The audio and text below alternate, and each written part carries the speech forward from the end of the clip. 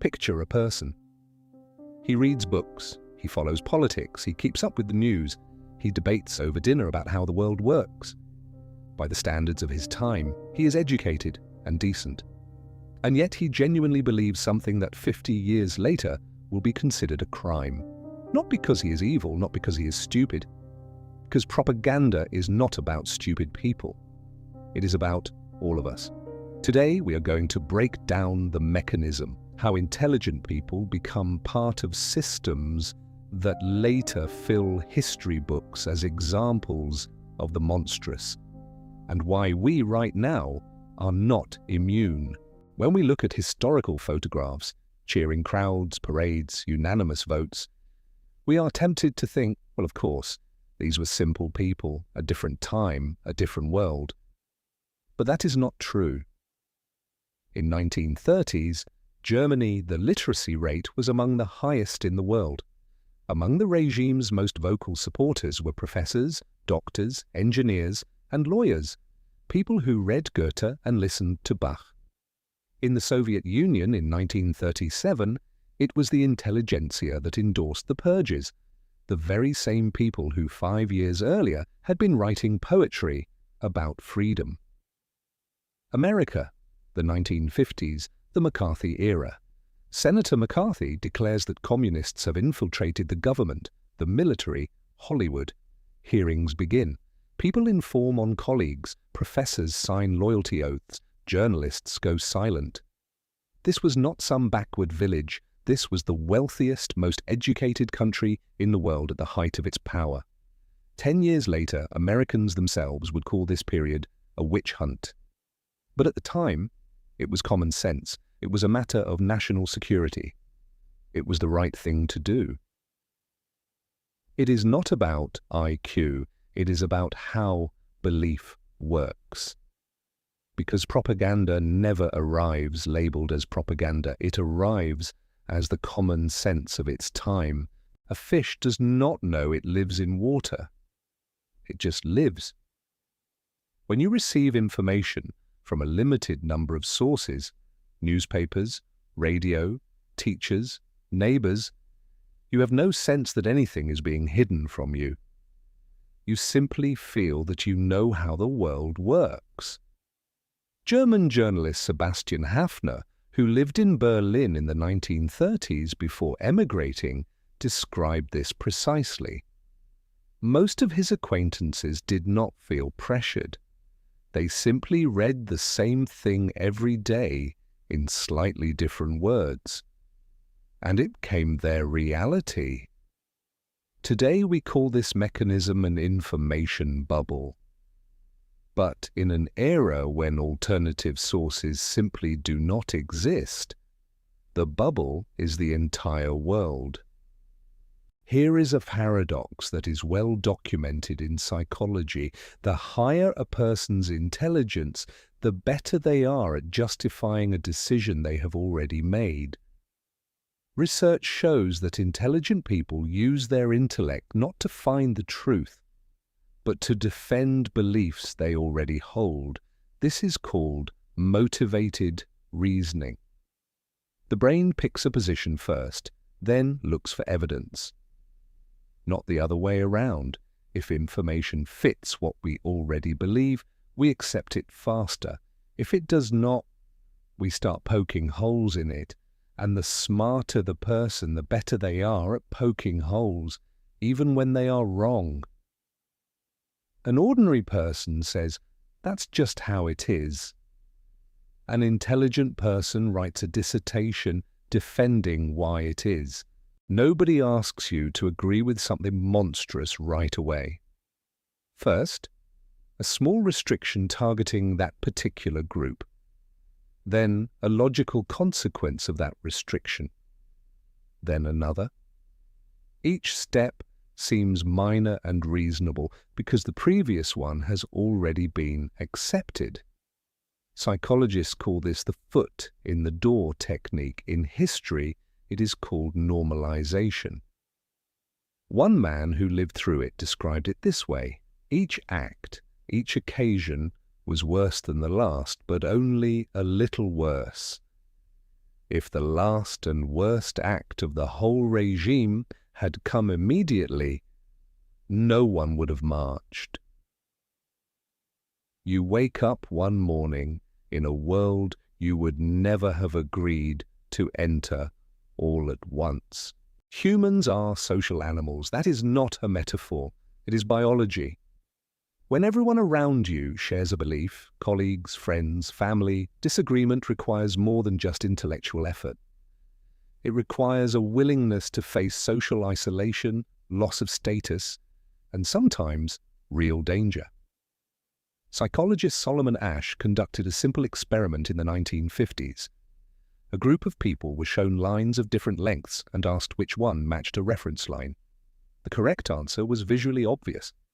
But when everyone else in the group, who were all actors, gave the wrong answer, 1/3 of the real participants went along with them, against the evidence of their own eyes, not out of fear, simply because their brain concluded it cannot be that everyone around me is wrong.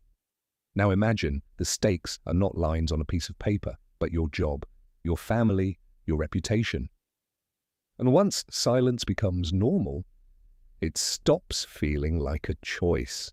Almost every successful propaganda campaign is built on the same structure. There is us, and there is them. They are the cause of your problems. They are a threat to your children, your culture, your future. This structure works on intelligent people just as well as on everyone else, because it does not appeal to reason. It appeals to identity. Once you accept the image of the enemy, your intelligence begins working in its service. You look for confirmation. You ignore contradiction. Psychologist Henry Teichfeld showed that people need almost no reason at all to start dividing the world into us and them. In his experiments, groups were formed on the most trivial basis imaginable. Within minutes, they were already favoring their own group and disadvantaging the other. Not out of malice, simply because that is how the brain works. Propaganda does not create this mechanism. It exploits it. Historians call this dehumanization, but to those inside it, it is called just being realistic. This is where history becomes personal. All of these mechanisms, the information aquarium, motivated reasoning, gradualism, social pressure, the enemy image, they are not historical artifacts. They are operating right now in your life, in mine. The people of the 1930s did not know they were living in the 1930s. They were living in now, just like us. Think about this for a moment. If you had been living in Germany in 1935, would you have known? No, you would just have been living, reading the papers, listening to the radio, talking to your neighbors, and most likely thinking, sure, there are some excesses, but the country is getting back on its feet. Order is necessary. That is exactly what most people thought. We like to believe that evil is obvious, that we would recognize it, that we would not stay silent. But history shows us again and again, evil does not begin with the obvious. It begins with the reasonable, the understandable, with what simply feels like the common sense of its time. And the most honest question you can ask yourself right now is, what is the common sense of my time? And what if I'm wrong about it?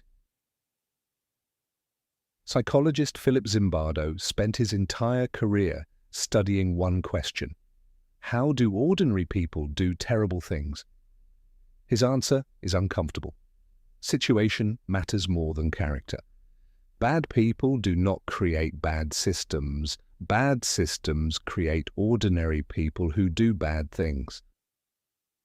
It is uncomfortable, but it is realistic, because the only protection against these mechanisms is knowing they exist.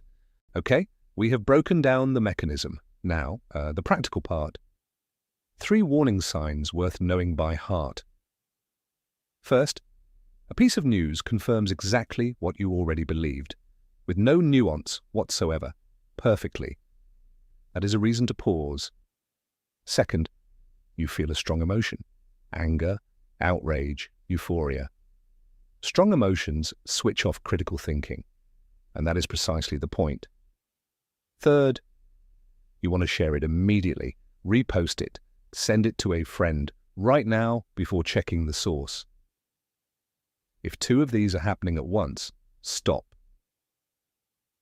4 practical steps. 1. Find an alternative source.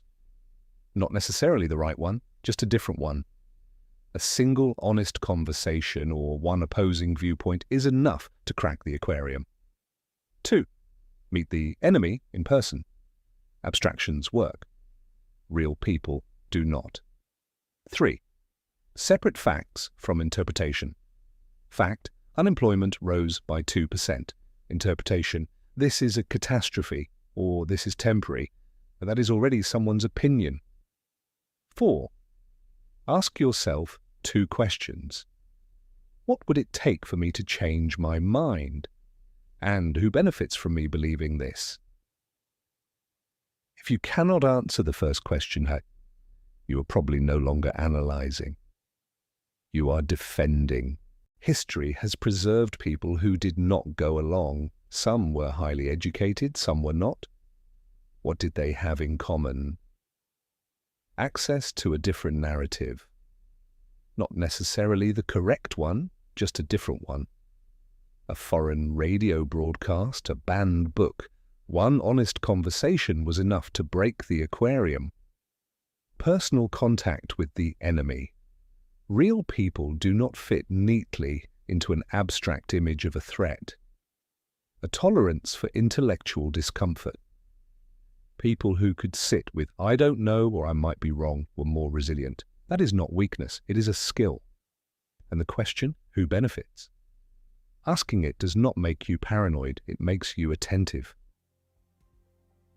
Morality is not a defense. Understanding the mechanism is. Next time you feel absolutely certain that some group of people is a threat, stop. That is exactly what normal sounded like in every era we now call dark. Propaganda does not prey on the stupid. It preys on the certain.